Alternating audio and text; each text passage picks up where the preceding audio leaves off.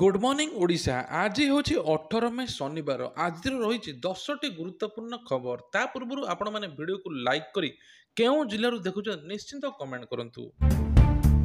आसंता जुलाई रु आपण मानक पाखकु बिजुली बिल देबा पई पड़िबो नाही घोषणा कले मुख्यमंत्री।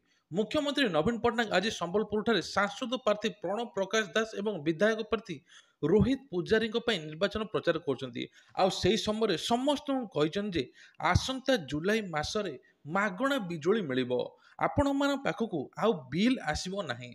मुख्यमंत्री उपस्थित जनता ठारू राज्य सरकार पक्षर कार्यकारी हेउथुबा बीएसकेवाई योजना मिशन शक्ति ममता लक्ष्मी बस 5टी स्कूल रूपांतरण छात्रवृत्ति कालिया मधुबाबू पेंशन चाउल कार्ड इत्यादि सुफल विषय मतामत ग्रहण करते आउ मध्य कहिथिले एथर मागणा बिजुली मिलिबो आउ आपण मानकु बिल देबा पई पड़िबो नाही।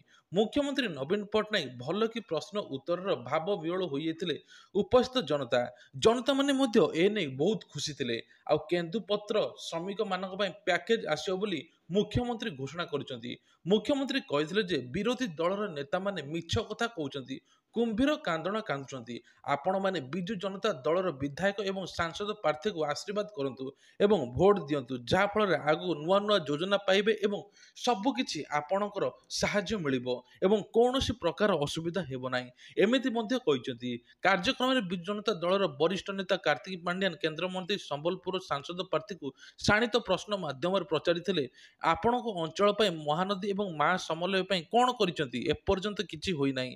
आउ अष्टम परिच्छेद अंतर्भुक्त करने मुख्यमंत्री 5 थर केंद्र को प्रस्ताव पठाइथिले केंद्र मंत्री उत्तर दे परिबे कि काहे कि अंतर्भुक्त हैला नै एमिति पांड्यान प्रश्न करिसंती। आउ आसंता जुलाई मासटर बिजुली बिल देबाकू पड़िबो नै बेली घोषणा करागला। पुलिस चेकिंग बेले 13 लाख टंका जबत बड़बिल पुलिस चेकिंग बेले साधु सिंह हटी छक निकट 13 लाख टंका जबत होइछि। एक बोलेरो गाड़ी 8 लाख एवं एक बाइक 5 लाख जबत करिछि बड़बिल पुलिस। दुईटी पृथक भाव ट्रांसपोर्ट संस्थार पुलिस सूचना कहिछि आउ कहिछि जे ए टंका केउथि पई लगा जिवो से ने एबे सूचना मिली नाही। आ टोटल 13 लाख नगद टंका धरा पड़िछि आउ दुई जण एबे पुलिस हाजत रे अछंती। पचरा उचरा करछि पुलिस काहेकि एते टंका कुआडे नेकी जाउथलो आउ तार सविशेष तथ्य मध्य दियो एभली कहिछि पुलिस। तेबे आगामी रे जणा पड़ियो प्रकृति रे एटा कोन पई ए टंका निये जाउथला। माइक धरु धरु गर्जिले अमित शाह राज्य शासन ओडियार चलिबा कथा ना तामिल रे बीजेडी सरकार मुख्यमंत्री नवीन पट्टनायक प्रति आक्रमणात्मक अभिमुख्य जारी रखिछंती बीजेपी चाणक्य अमित शाह। आज राउरकेला एक निर्वाचन सभा राज्य सरकार ऊपर मन इच्छा बसिछंती कहिछन जे ओडिशार ऑफिसर राज चलची निर्वाचित लोक प्रतिनिधि राज्य चलाइबा ना ऑफिसर चलाइबा कथा एने प्रश्न उठाइछंती। ओडिशा सरकार ओडिया रे चालिबा एवं ओडिया रे कथा कहिबा एपर्यंत शिखिनाती। राउरकेला एआरस्ट्रीप पड़िया रे अनुष्ठित सभा रे शाह एभली कहिछंती एथर ओडिशा रे नरेंद्र मोदी नेतृत्वाधीन बीजेपी डबल परिवर्तन 100% प्रस्तुत। ओडिशा रे 15 सांसद एवं 75 विधायक निश्चित। 4टी पर्याय बीजेपी 270 पार कर साराणी एबे 400 आड़ को अग्रसर होउची। एबे निर्वाचन केवल मोदी को तृतीय थर पे प्रधानमंत्री करने को नुहे बरं निर्वाचन हेउची देशर अर्थनैतिक एवं विश्वर तृतीय अर्थनैतिक शक्ति रे परिणत करबा एवं लोक मानकर सुविधा असुविधा दुख साथ रे छिड़ा हेबा। आ नवीन पट्टनायक सरकार को विताड़ित करी ओडिशा सरकार जुगर विकास आरंभ करिबा निर्वाचन सर्वोपरि हेउची। किंतु नवीन पट्टनायक कौन करिसंती आज पर्यंत ओडिशार भाषा साहित्य संस्कृति गौरव को पुनर्स्थापन करने निर्वाचन होगा दरकार आउ एसबू कर बीजेपी आउ एमती लोक कही मन मुताबक नवीन पट्टनायक को पूरा बसिचंती आउ कहिसंती बीजेडी आज पर्यंत किछि करि नाही आउ ऑफिसर एबे राज्य चलाउची एटा सबुठारु निंदनीय कथा। ड्राइविंग लाइसेंस टेस्ट नियम रो बड़ परिवर्तन जून 1 रु हेबो एही लागू। तेबे बड़ परिवर्तन होइछि ड्राइविंग लाइसेंस पाइबा सरकार नुआ नियम परिवर्तन करिसंती। एथिपाई आपनको एबे सरकारी आंचलिक परिवहन ऑफिस ड्राइविंग टेस्ट देबाकू पड़िबो नाही कारण एबे घरोई संस्था मध्य ड्राइविंग टेस्ट करि परिबे एवं सर्टिफिकेट इश्यू मध्य करि परिबे। एही सर्टिफिकेट देखिया पई लोक माने ड्राइविंग लाइसेंस पाई परिबे। एही नुआ नियम जून 1 2024 रे प्रभावशाली हेबो। ଲୋକମାନଙ୍କୁ ସୂଚନା ଦେବାକୁ ବିଜ୍ଞପ୍ତି ଜାରି କରାଯାଇଛି। ଏହି ନୂଆ ଆଇନରେ ପରିବେଶ ଉପରେ ବେଶୀ ଫୋକସ୍ କରାଯିବ। ପ୍ରାୟ 9 ଲକ୍ଷ ପୁରୁଣା ଗାଡ଼ିକୁ ହଟାଇ ଦିଆଯିବ। ଏଥିସହିତ କାରରୁ ହେଉଥିବା ପ୍ରଦୂଷଣ ରୋକିବା ପାଇଁ ବିଶେଷ ପଦକ୍ଷେପ ନିଆଯିବ। ଏହା ବ୍ୟତୀତ ଅଧିକ ବେଗରେ ଗାଡ଼ି ଚଲାଉଥିବା କ୍ଷେତ୍ରରେ ଲାଗୁ 1,000ରୁ 2,000 ଟଙ୍କା ଫାଇନ୍ ବଢ଼ାଯିବ। ଆଉ ଯଦି ନାବାଳକ ଗାଡ଼ି ଚଲାଉଥିବେ ଧରା ପଡ଼ିବେ ତେବେ 25,000 ଟଙ୍କା ଫାଇନ୍ ଲାଗିବ। ଗାଡ଼ି ମାଲିକଙ୍କୁ ଡ୍ରାଇଭର ରେଜିଷ୍ଟ୍ରେସନ ପାଇଁ କାର୍ଡ ରଦ୍ଦ କରାଯିବ। 25 ବର୍ଷ ପର୍ଯ୍ୟନ୍ତ ସେହି ନାବାଳକ ଗାଡ଼ି ଚଲାଇବା ପାଇଁ ଅନୁମତି ମିଳିବ ନାହିଁ। ତେଣୁ ଏସବୁ ନୂଆ ପରିବର୍ତ୍ତନ ହେବ ଜୁନ୍ 1 ଠାରୁ। ତାତିରୁ ନିସ୍ତାର ନାହିଁ, 2 ସପ୍ତାହ ଯାଏ କଲବଲ କରିବ। ଆଗାମୀ 2 ସପ୍ତାହ ଯାଏ ଓଡ଼ିଶାବାସୀକୁ ତାତିରୁ ନିସ୍ତାର ମିଳିବ ନାହିଁ। ବାୟୁମଣ୍ଡଳରେ ମଧ୍ୟ ଉପରି ଭାଗରେ ଶୁଷ୍କ ପଶ୍ଚିମ ବାୟୁର ପ୍ରଭାବ ବୃଦ୍ଧି ଏବଂ ସାମୁଦ୍ରିକ ବାୟୁ ପ୍ରଭାବ ଦୁର୍ବଳ ହେବାରୁ ମେ ଶେଷ ପର୍ଯ୍ୟନ୍ତ ରାଜ୍ୟରେ ଗ୍ରୀଷ୍ମ ପ୍ରଭାବ ଲାଗି ରହିବ। ବିସ୍ତାରିତ ପରିସରରେ ଆକଳନ ଅନୁଯାୟୀ ମେ 24ରୁ 30 ତାରିଖ ମଧ୍ୟରେ ରାଜ୍ୟର ତାପମାତ୍ରା ବହୁ ପରିମାଣରେ ବୃଦ୍ଧି ସହ ଆଭ୍ୟନ୍ତରୀଣ ଓଡ଼ିଶାରେ ପ୍ରବଳ ଗ୍ରୀଷ୍ମ ପ୍ରଭାବ ହେବ। ପଶ୍ଚିମ ଓଡ଼ିଶାରେ ସମସ୍ତ ଜିଲ୍ଲାରେ ତାପମାତ୍ରା 40ରୁ 45 ଡିଗ୍ରୀ ପର୍ଯ୍ୟନ୍ତ ରହିବ। ଗୋଟିଏ ଦୁଇଟି ସ୍ଥାନରେ 45 ଡିଗ୍ରୀ ଡେଇଁବାର ସମ୍ଭାବନା ରହିଥିବା ବେଳେ ଆଞ୍ଚଳିକ ପାଣିପାଗ ବିଜ୍ଞାନ କେନ୍ଦ୍ର ଏନେଇ ଆକଳନ କରିଛି।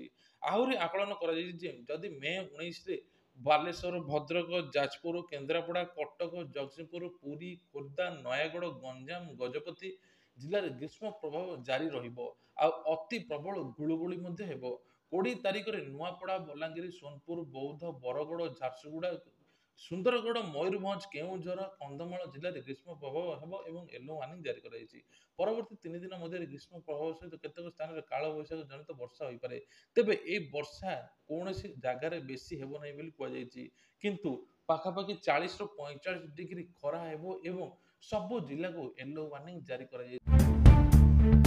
ମେ 19 ସନ୍ଧ୍ୟାରେ ଭୁବନେଶ୍ୱର ଆସିବେ ପ୍ରଧାନମନ୍ତ୍ରୀ ନରେନ୍ଦ୍ର ମୋଦି।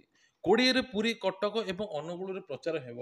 ପ୍ରଧାନମନ୍ତ୍ରୀ ନରେନ୍ଦ୍ର ମୋଦି ଆସନ୍ତା 19 ତାରିଖ ସନ୍ଧ୍ୟାରେ ପୁଣି ଓଡ଼ିଶା ଆସିବେ। ଏନେଇ ବିଜେପି ରାଜ୍ୟ ସଭାପତି ମନମୋହନ ସାମଲ ସୂଚନା ଦେଇଛନ୍ତି।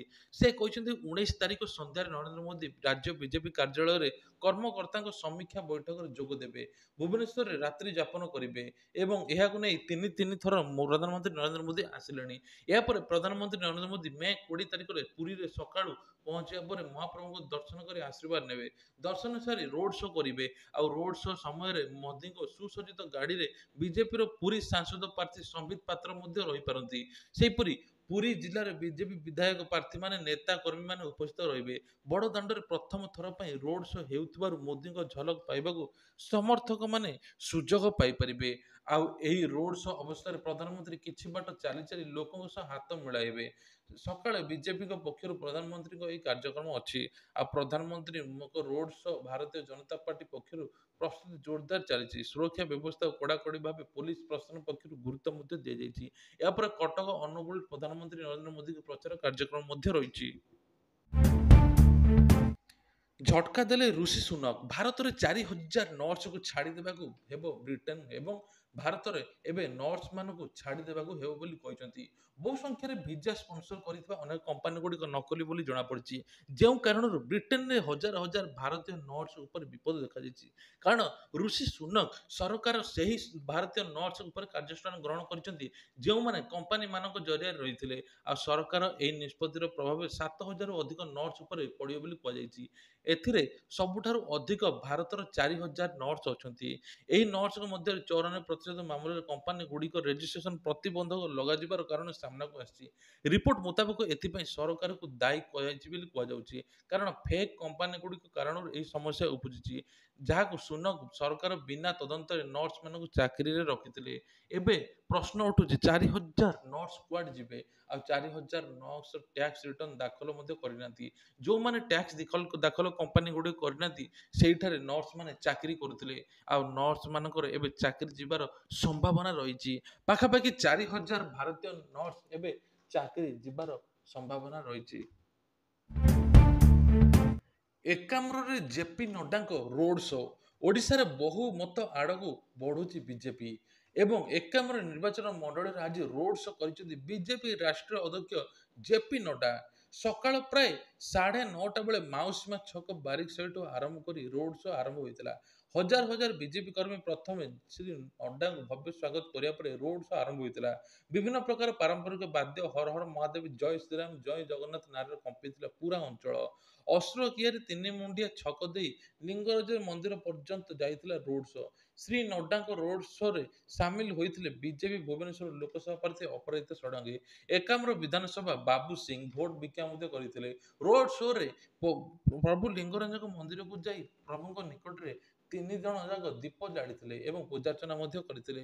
ଏହି ଅବସରରେ ଗଣମାଧ୍ୟମକୁ ପ୍ରତିକ୍ରିୟା ଦେଇ ଶ୍ରୀ ନଡ୍ଡା କହିଥିଲେ ଯେ ଓଡ଼ିଶାରେ ପରିବର୍ତ୍ତନ ହାୱା ବଢୁଛି, ବହୁମତ ଆଡକୁ ବଢୁଛି। ଏଥର ବିଜେପି ସରକାର ବଢିବ, ଆଉ ଦଳ ମଧ୍ୟ ଲୋକସଭାରେ ଏକତରଫା ଏବଂ ବିଧାନସଭା ପୂର୍ଣ୍ଣ ବହୁମତ ଓଡ଼ିଶାରେ ସରକାର କରିବ। ଆଉ ଓଡ଼ିଶା ଲୋକ ନବୀନ ବାବୁଙ୍କୁ ଅବସର ଦେବାକୁ ଯାଉଛନ୍ତି। ସେମାନଙ୍କ ଜଣେ ସ୍ୱଚ୍ଛ ଏବଂ ସକ୍ରିୟ ଏବଂ ଯୁବ ମୁଖ୍ୟମନ୍ତ୍ରୀକୁ ଆଣିବାକୁ ମନସ୍ଥ କରିଛନ୍ତି। ଏଥର ବିଜେପି ସରକାର ଆସିବ, ଏମିତି ଏନେଇ କହିଛନ୍ତି ଜେପି ନଡ୍ଡା। ତେଣୁ ଏଇଭଳିଆ ପ୍ରତ୍ୟେକ ଦିନ 10ଟି ଗୁରୁତ୍ୱପୂର୍ଣ୍ଣ ଖବର ଦେଖିବା ପାଇଁ ହେଲେ ଚ୍ୟାନେଲକୁ ସବସ୍କ୍ରାଇବ କରିଦିଅନ୍ତୁ।